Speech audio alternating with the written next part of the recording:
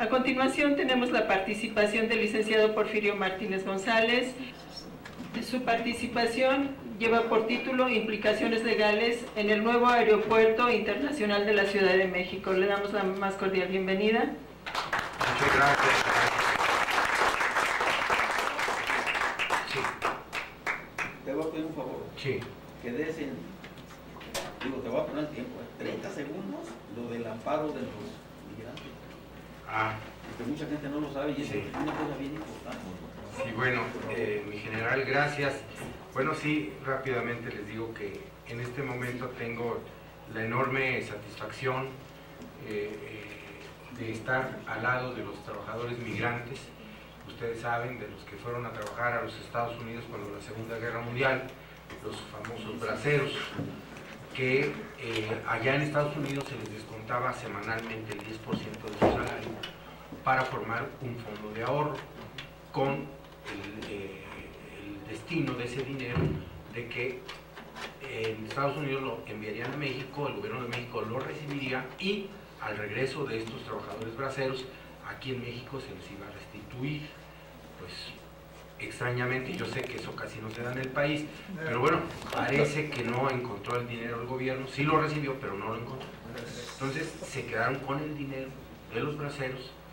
Según un estudio que hizo un centro importante de investigación de la Facultad de Economía de la UNAM, el monto total de ese dinero asciende a más de 5 billones de pesos, porque eran dólares, 5 billones de pesos, billones, con B. Y es que ese dinero, ustedes saben, eran dólares, los dólares de más valor de aquella época, y aplicando intereses y demás, bueno, pues se llega a esta suma. Entonces, el próximo miércoles, de hoy en 8, el 31 de octubre, la Suprema Corte de Justicia de la Nación se reúne en sesión, la segunda sala, para resolver en definitiva este conflicto. Logramos el amparo de más de 5,000 braceros en el 29 de febrero de hace 2 años.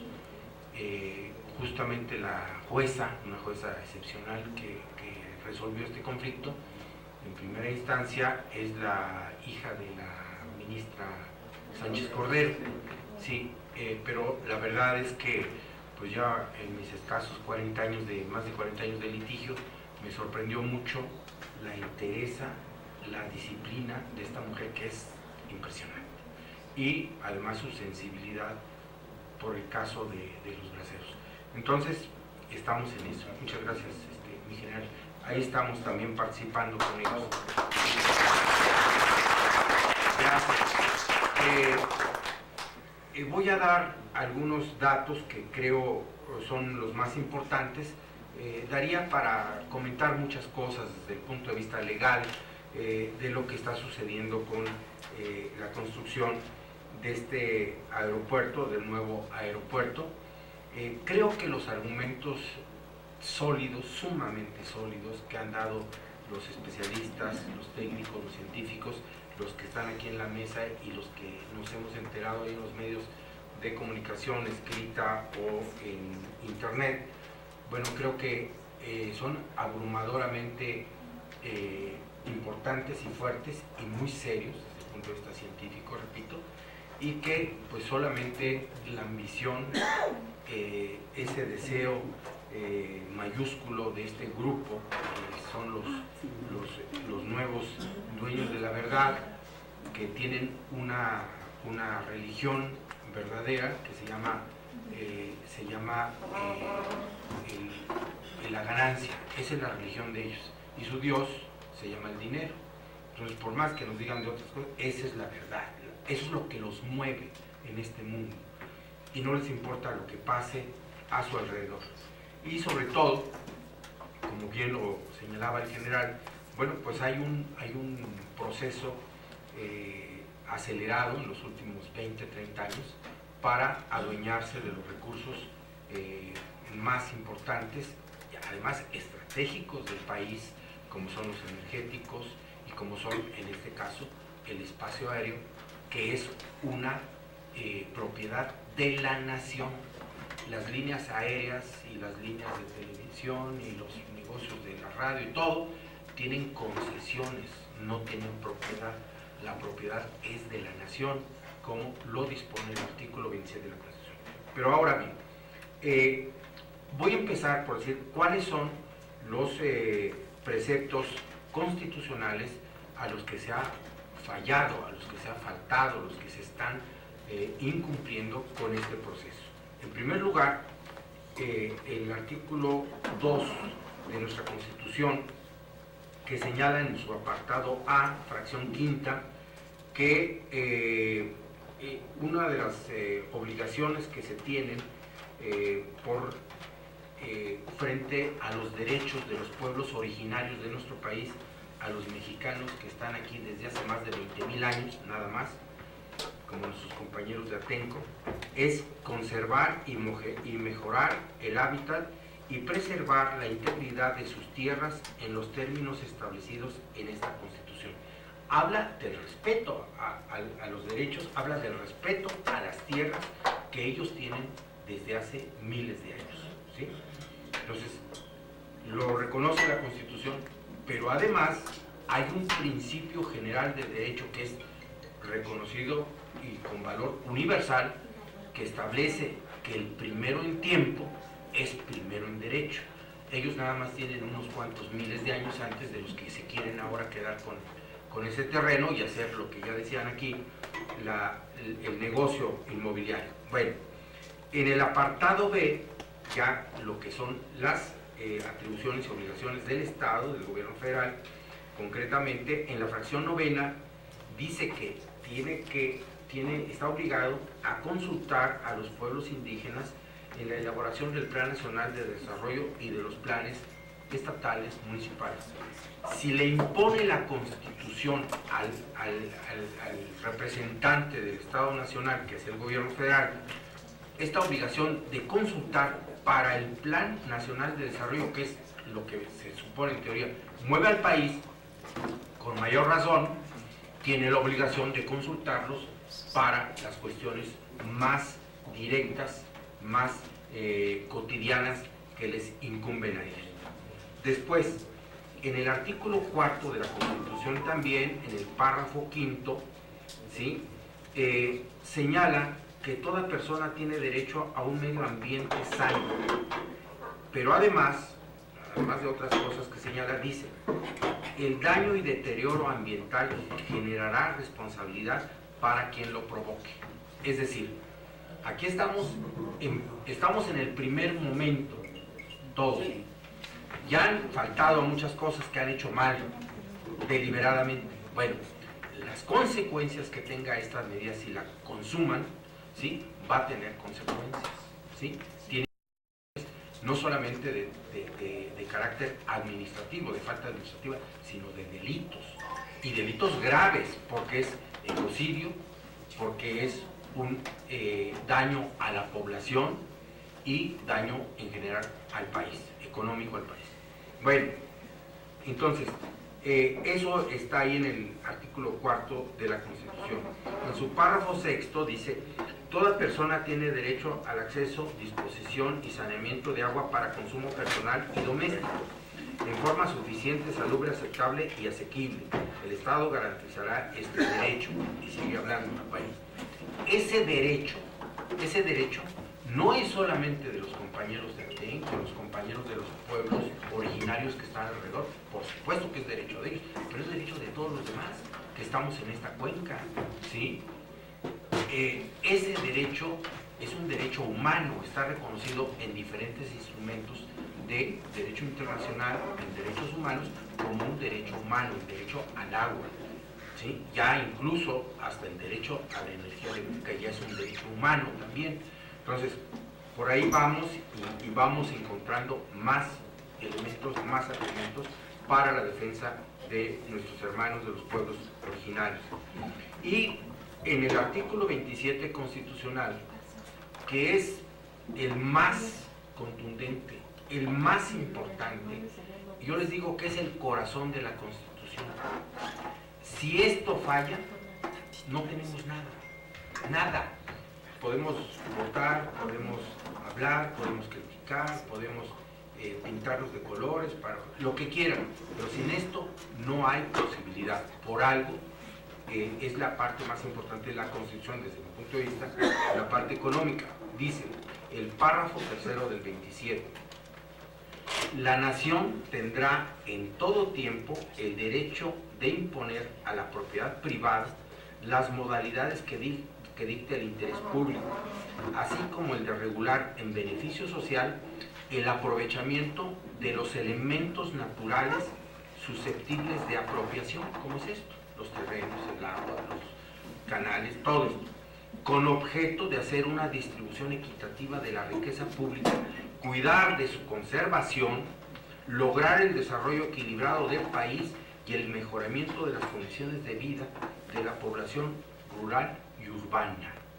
Es decir, esto es el principio medular para que el país tenga viabilidad, para que el país pueda acceder a niveles de mayor bienestar para su población. Que al final, bueno, pues se supone que somos los dueños del país, todos, no un grupo, no estos dueños del dinero. Ellos no son los dueños del país, se lo han querido apropiar, pero vamos a ver si nos dejamos. Entonces, en esta parte del artículo 27 constitucional, yo creo que es muy importante ponerle mucha énfasis, porque de ahí vamos a tener para avanzar en el conocimiento, y como dice muy bien mi general Gallardo, en varias reuniones que él lo ha comentado, y en reuniones que nos ha tocado también participar, como en este foro, que tenemos que empoderar a nuestra sociedad. Pero una de las maneras más eficaces de empoderar a la sociedad es con el conocimiento. Si no sabemos qué derechos tenemos, ¿cómo nos vamos a defender? ¿Sí? Y aquellos nos echan a la aplanadora de los medios, la televisión, la radio, día y noche, duro y dale, y nosotros pues a lo mejor sí, a lo mejor no. Pero si tenemos el conocimiento de nuestra ley fundamental, que nos costó más de 1 millón de muertos, que nos costó mucho esfuerzo, mucho sacrificio, no podemos despreciar y olvidarnos que aquí tenemos algo para defendernos, porque además la Constitución establece en el artículo 135 que solamente se puede reformar. ¿Qué quiere decir? Que darle una nueva forma, pero no se puede cambiar su sentido ontológico, es decir, el motivo de su ser, el motivo de su expresión, ¿sí?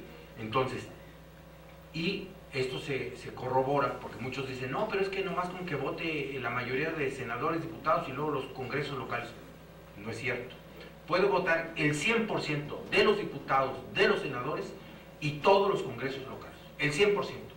Pero si violentan los principios de la Constitución, como lo han hecho con estas reformas, mal llamadas reformas, que son cambios a los principios de la Constitución, esos se vuelven nulos de pleno derecho. Y dicen ustedes, bueno, pero ya fuimos a la marcha, ya fuimos al meeting, ya golpearon a mi compadre, ya me dieron una patada a mí, en fin, ¿qué vamos a hacer?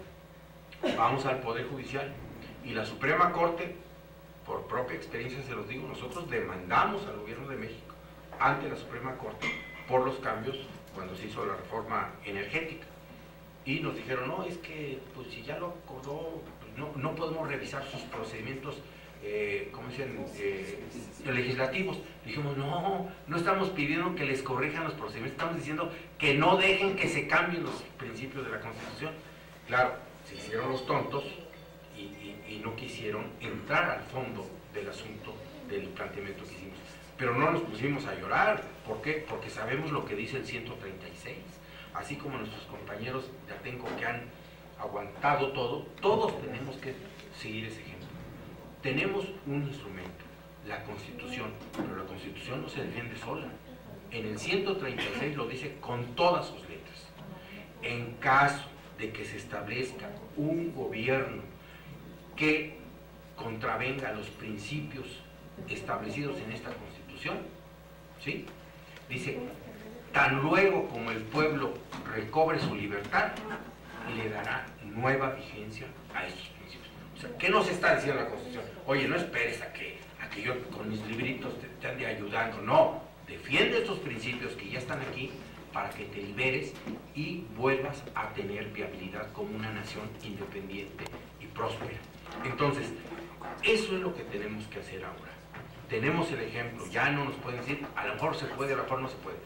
Los compañeros de Atenco, los compañeros de otros, muchos por fortuna, pueblos originarios de nuestro país que están defendiendo su territorio contra las mineras, contra otros más negocios que hay por todo el país. Bueno, y también en la Constitución, para que sepan ustedes, una de las consecuencias que va a tener esto es que de acuerdo con el capítulo que va del 108, del artículo 108 al 114, están las disposiciones que establecen la responsabilidad de los servidores públicos.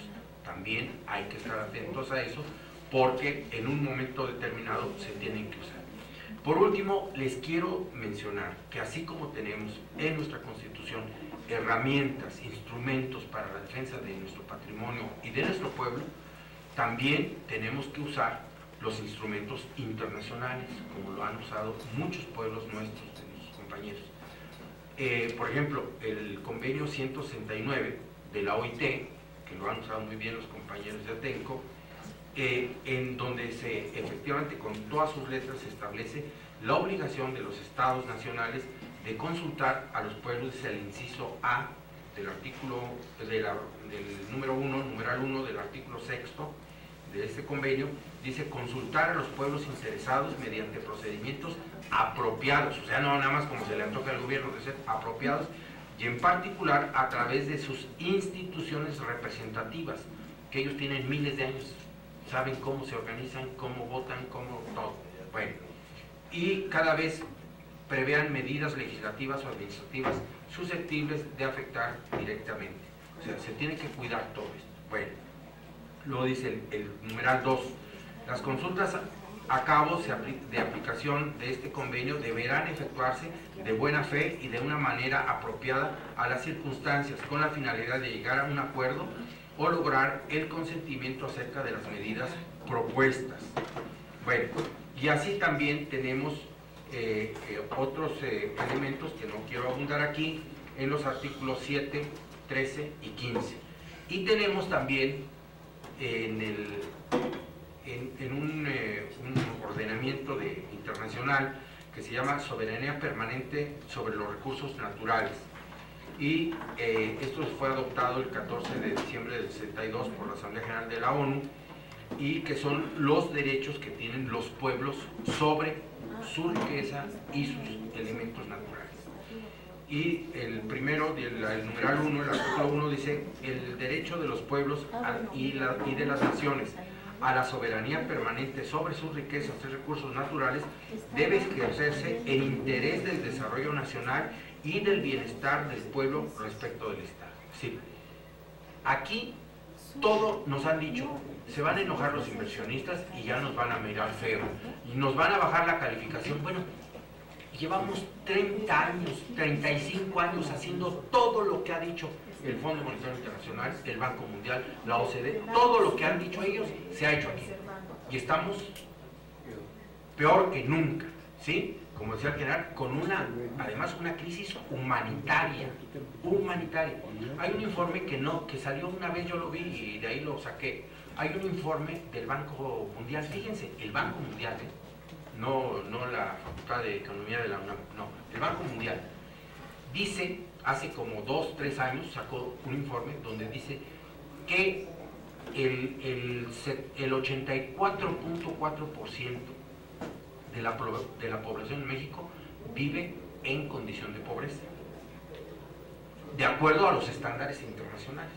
Claro, aquí el INEGI y demás organismos nacionales modificaron los estándares para decir, si tú trabajas 2 días al mes, ya tienes empleo, no se te puede considerar, no, revísenlo, no les he hecho mentiras, así lo llegaron a ese extremo. Entonces, la miseria la disfrazan de pobreza, y a la pobreza la disfrazan de que ya va saliendo de...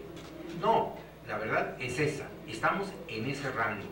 Bueno, entonces, también el Pacto Internacional de Derechos Económicos, Sociales y Culturales, en su artículo primero, nos sirve para esta defensa porque le da a los pueblos ese derecho, esa soberanía de defender sus garantías por encima del negocio.